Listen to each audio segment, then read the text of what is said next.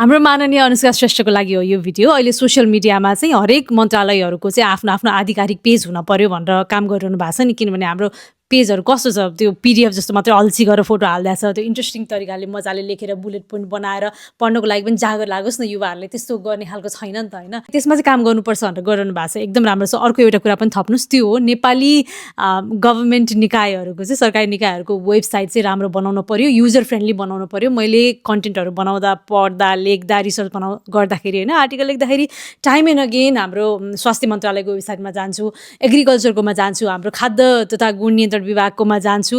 10 दिन अगाडि त्यही डकुमेन्ट भेटेको थियो, आज त्यही ठाउँमा गएर खोज्यो भने भेटिँदैन। सिमिलर कुराको लागि 2-3टा ट्याब भयो जस्तो लाग्छ, एकदमै रिडन्डेन्सी पनि छ। कन्ट्रोल एफ गरेर खोज्दाखेरि केही भेटिँदैन, नेपालीमा गर्दा नि भेटिँदैन। अब इङ्ग्लिसमा खोजेर भेटेन भन्नु होला होइन। एकदमै युजर फ्रेन्डली छैन कि असाध्यै टाइम कन्ज्युमिङ छ। मैले रिसर्च गर्दाखेरि चाहिँ अरू देशको जस्तो युएसएफटिएको, अस्ट्रेलियाको, युरोपको कति हेर्दाखेरि चाहिँ सजिलो छ, खोज्दाखेरि भेटिन्छ, टाइम लाग्दैन। नेपालको पनि त्यस्तै बनाउनु पर्यो, एकदमै टाइम कन्ज्युमिङ भइरहेछ। हाम्रो एउटा सूचनाको हक पनि हो, जसले पनि सट्ट गरेर हेर्न सकोस् न, नेपालीमा पनि होस्, अङ्ग्रेजीमा पनि होस्, दुवै भाषामा होस् होइन। त्यसलाई चाहिँ मिलाउनु पर्यो है। यो नेपालमा आइटीमा काम गर्ने, वेबसाइट बनाउने, त्यसलाई राम्रो बनाउने त कति मान्छेहरू हुनुहुन्छ नि। यो बजेट नभएको हो कि त्यसमा ध्यान नपुगेको हो कि यो धेरै वृद्धहरूले देश चलाएको भएर त्यो वेबसाइट खोलेर कसले हेर्ने भनेर त्यतातिर ध्यान नपुगेको हो कि के हो।